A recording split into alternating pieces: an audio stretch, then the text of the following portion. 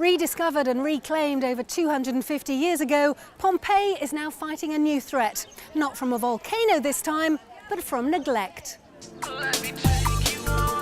This week on Fast Track, we look at the fight to preserve this once forgotten city.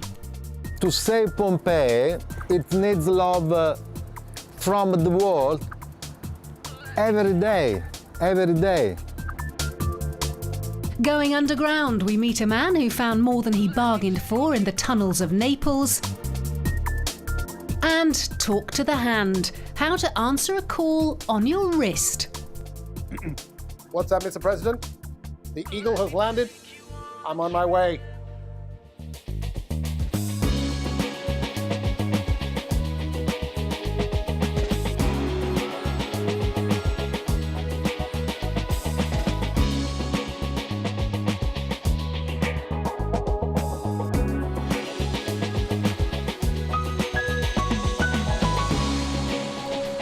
Hello and welcome to Fast Track from Naples in Italy. This lively, sprawling seaport on the southwest coast sees more than its fair share of visitors every year. They come on cruise ships, they come on the way to the spectacular cliff-hanging towns of the Amalfi Coast, and they come too for Pompeii, the ancient city that lay buried for the best part of 1700 years. In recent times, there have been claims that Pompeii has been neglected as parts of the site have collapsed and crumbled. Now the EU has stepped in with money for restoration. But will it be enough to ensure the future of this amazing place? I've been along there to try and find out.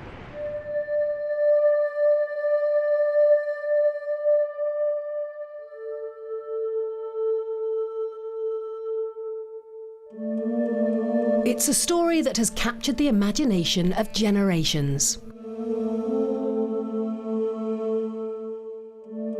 How in 79 AD the prosperous town of Pompeii in the shadow of Mount Vesuvius vanished from the face of the earth under layers of ash and debris when the volcano erupted.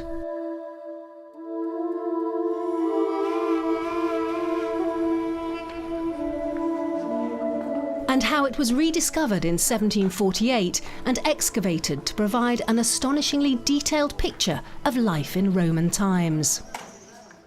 And you actually remember renovating on this room when you were a student? Oh yes, I remember because I did some restoration of that beautiful mosaic floor. Mattia Buondono has been guiding visitors, including presidents and film stars, around his beloved Pompeii for over 20 years, and even helped his father with renovation work here as a student. Is there a bit there that you remember? You can see, if you would like, I could climb. Well, if you're allowed, yes. Show me. Okay, I'm going. I'll show you where it is. That is what I did this restoration. We first have done the cleaning and then put the little tesserae together. So you're pretty proud of that piece, I imagine? Oh yes, I'm really proud. I'm really proud. No one knows, only you know. But there are fears that this ancient town, which was lost to the world for so long, could one day be lost to us again. Not this time through a natural disaster, but through neglect and mismanagement. Pompeii has suffered a string of more than a dozen collapses over the past few years, the most serious of which took place after heavy rainfall in 2010 at the frescoed House of Gladiators, where fighters used to train before combat. That fall made the world sit up and take notice of the conservationists who've been saying for years that this matchless UNESCO World Heritage Site is not being properly looked after. Allora, la pioggia... Well, rain and general weather conditions are part of the problem, but the real reason for the bad state of Pompeii is the lack of a loving maintenance, something that should be done daily to preserve such an important site. Un sito così importante. So you've got the pneumatic drill leaning against the ancient wall. Yes. Like Shocking. shocking. Architect Antonio Irlando was one of those who first raised the alarm about Pompeii a decade ago, presenting a document to the government about the decline of the site. Per fare un esempio, noi abbiamo visto For example, I saw pieces of fresco that had fallen down from the walls and were lying on the ground for years without anyone bothering to pick them up, restore them and put them back where they belong. As a result of his group's report, the government declared Pompeii to be in a state of emergency and funds were promised. But Antonio says that some of the work carried out, like the renovation of the theatre, using modern materials and heavy machinery on this delicate ancient site, was a catastrophe. the restoration of Theatre of Pompeii is an incredible violence, To add to Pompeii's woes, when the global financial crisis hit, Italy had to make deep budget cuts, and cultural sites have suffered. That house had two disasters. One was the eruption, another one when the Allied bombed it. And now a third disaster. Oh, because of this heavy raining.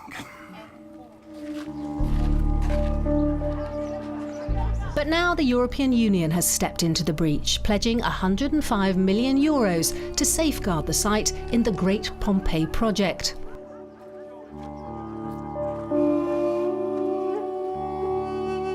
One of the main aims of the project is to use a 16th century canal to provide better drainage of the site. All water of the ancient Pompeii can be carried out of the ancient city with this channel. The EU money is being used to restore those buildings we considered to be in need of urgent care, but the funds would also be used to analyse the walls of the city, which will then give us a clear picture how to keep the entire site under control.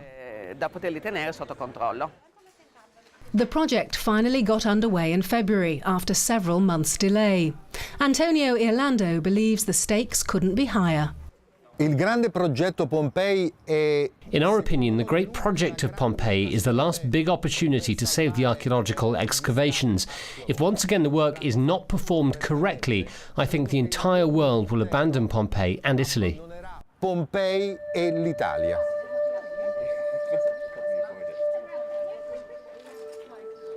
And this is where some of that European Union money is going, the renovation of the Casa del Crypto Portico. There's no doubt that these funds will improve the situation here. But it's when you see the sheer scale of what needs to be maintained on an everyday basis after that money is gone that you start to understand the challenges facing the place in these very tough economic times for Italy. For this is a huge site to look after, 44 hectares of buildings and walls totally at the mercy of the elements. And some parts remain closed to tourists. A lot of the streets are closed off, so it's been a bit confusing, but I'm finding my way around. Well, I heard that 2 houses collapsed. The House of the Gladiators collapsed about 2 years ago, and another one was in grave danger of falling again due to lack of funds. That's very worrisome. But while money's being pumped in now, what happens when the grand project is over? The mayor of New Pompeii is cautiously optimistic Italy can take care of its own heritage. I hope that once we're in charge of maintaining the site, we will be able to do that. Pompeii needs looking after. Money needs to be invested into culture because that helps the economy of the whole country. But there are fears that after the project's finished, there's a risk of things simply reverting to how they were before. Allora, c'è il pericolo di ritornare nelle condizioni. To avoid the situation, it's necessary to train people, workers and technicians that can handle afterwards the daily preservation of Pompeii. At present, there are only 5 workers in charge of the daily maintenance. These 5 aren't in a position to do much. 5 non possono far nulla. And if things don't improve long term, there's been a suggestion by one conservationist that if Italy can't properly maintain Pompeii, it should consider the radical step of reburying parts of it. Dobbiamo cancellare secoli di storia. If that were to happen, we'd be cancelling centuries of history. It would be a defeat for all the archaeologists in the world, after having brought to light an entire city, to then be forced to rebury it. Fossimo costretti a riseppellirla. Although opinions might differ on how it should be done, it seems everyone's agreed that this irreplaceable site must be protected.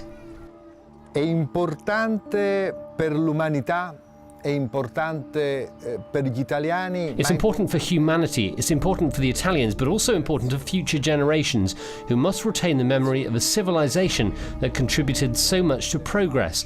It's a duty that must not be squandered. Irrinunciabile quello di salvare Pompei. So now over to you.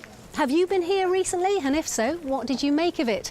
Or perhaps you've been here a few times over the years. If so, how did your most recent experience compare with your previous visits? We'd love to hear. So email us at our usual address, fasttrack@bbc.com.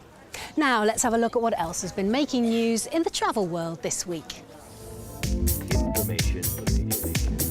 Ryanair, Europe's biggest budget airline, say they may start selling low-cost transatlantic flights if they can secure enough suitable aircraft and routes between Europe and the United States. Speaking at this week's Paris Air Show, the airline's chief Michael O'Leary claimed that fares could start at as low as $10. In recent years, several similar low-cost long-haul services in Asia have failed.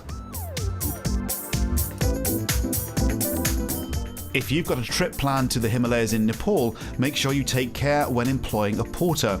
Mountain experts are warning that inexperienced and ill-equipped workers could endanger expeditions and are putting hikers and themselves at risk. They say young, unskilled men are travelling to the mountains from low-lying areas in search of employment, but often they have no experience with working at altitude. And the French capital, Paris, has launched a campaign aimed at getting its residents to be nicer to tourists. In some places, there are people that are very kind, like they don't want to answer your question, or they say, ah? People there are being encouraged to speak touriste, using a manual listing greetings in 8 languages and giving advice on how to bridge the cultural divide.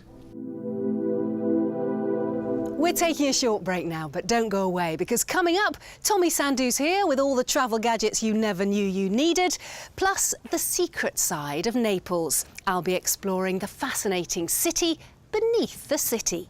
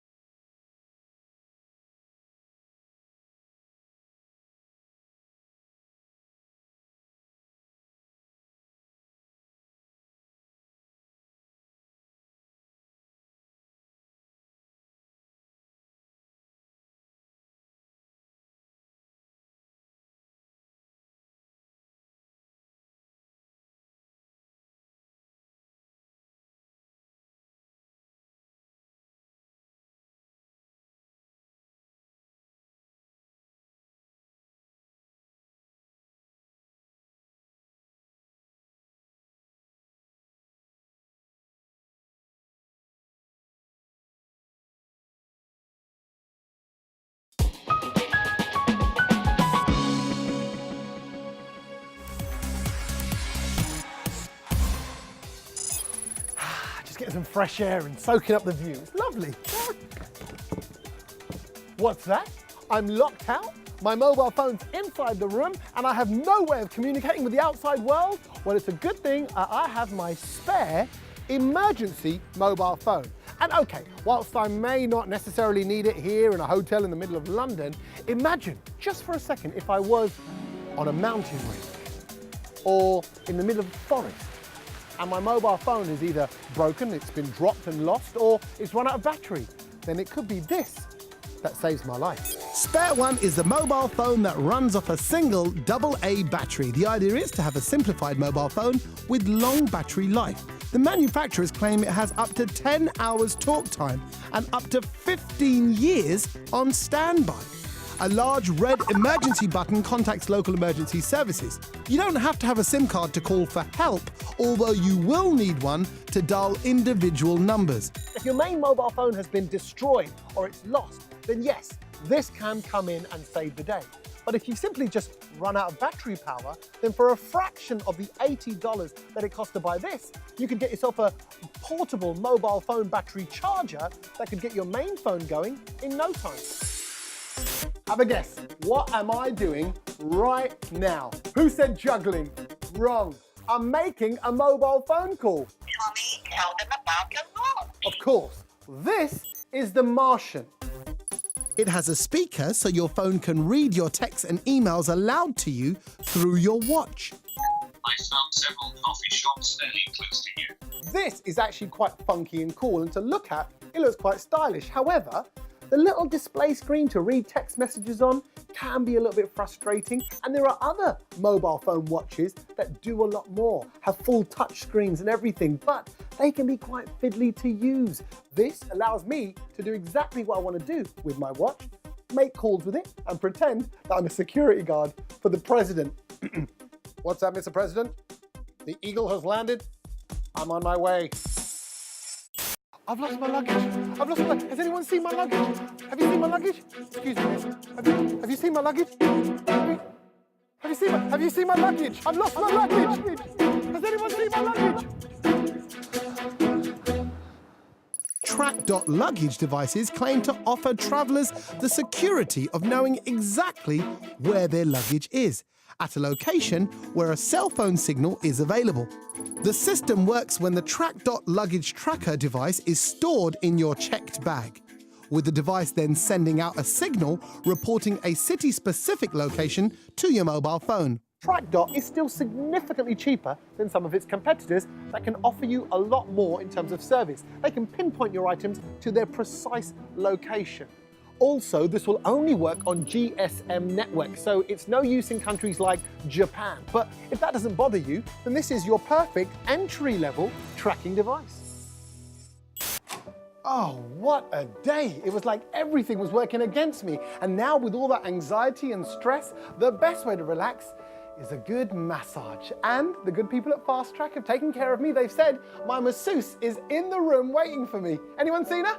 Hello? What, that? Weemy is a palm-sized robot that massages as it moves across the body. This is hardly a deep tissue massage, but that's not what it's supposed to be. The 3 different massage modes are weirdly quite relaxing. So if you don't mind, we'd like some time alone. Down a bit, down a bit. That's the one, that's the one. You know me so well. Where are you going?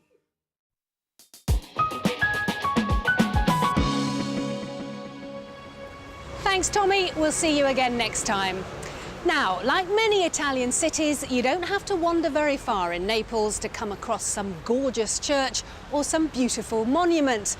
But if the noise and hustle of what is, I must admit, a very full-on city starts to get to you, there's a whole new world for you to explore underground. Below the Neapolitan heat and traffic lies the Bourbon Tunnel. Built as an escape route by King Ferdinand II in 1853, and now Naples' newest tourist attraction, mainly thanks to the vision and determination of one man, Gianluca Minin. Gianluca? Fiona. Welcome. How are you? Thank you. Fine, thanks. Thank you very much for coming. So you're going to show me your tunnel? My tunnel, yeah. Quanto tempo può durare? Quante notti da sognare? It was in the course of his work as a geologist that Gianluca stumbled across what would become his passion. 6 or 7 years ago, I entered in the tunnel and I discovered a place very, very nice. The problem was that the tunnel was a dump, was full of rubbish, so we needed to use some lights to have a look. So we stole stole a little bit, borrowed a little bit of electricity from the car park.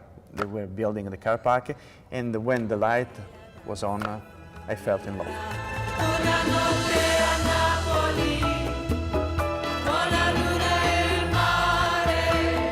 So Gianluca and his team of volunteers got to work, spending 7 years cleaning out the tunnel in their spare time.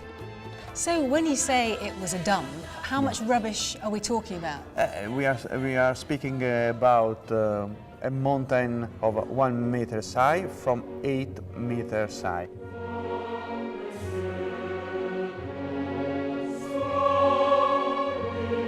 And as the debris was cleared, the history of Naples over the last 150 years was revealed.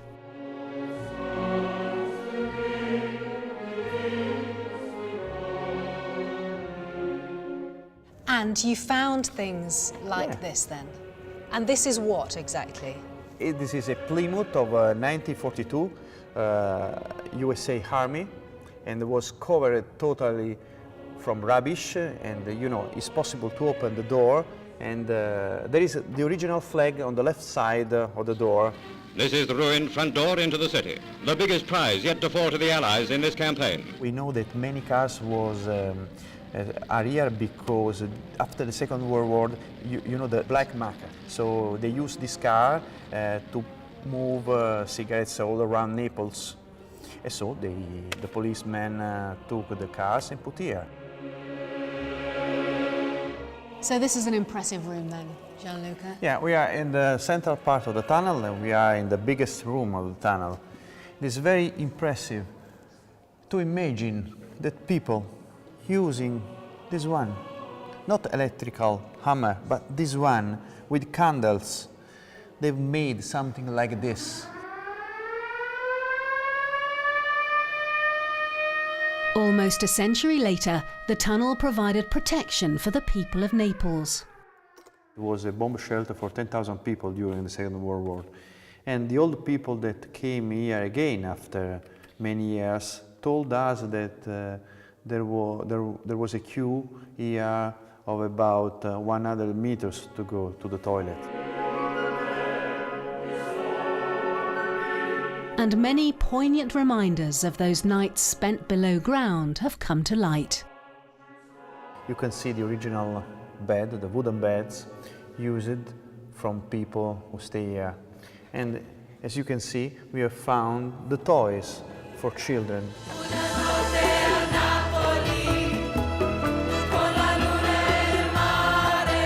And for anyone who likes a bit of adventure with their history, you can take a tour that involves zip-lining in a 16th century water tank and rafting in an abandoned subway, both linked to the tunnel.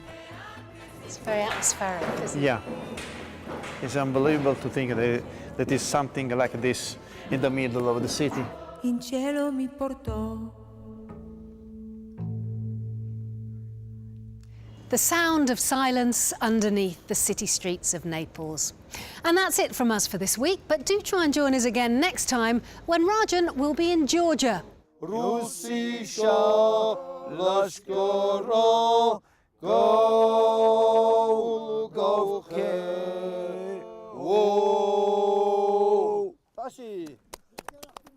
So do try and catch that one if you can. It looks like a fascinating trip. In the meantime, you can always stay in touch with us via Facebook, Twitter and Pinterest and have a look at some of our features and stories from around the world. But until next time, from me, Fiona Foster, and the rest of the Fast Track team here in beautiful Italy, arrivederci.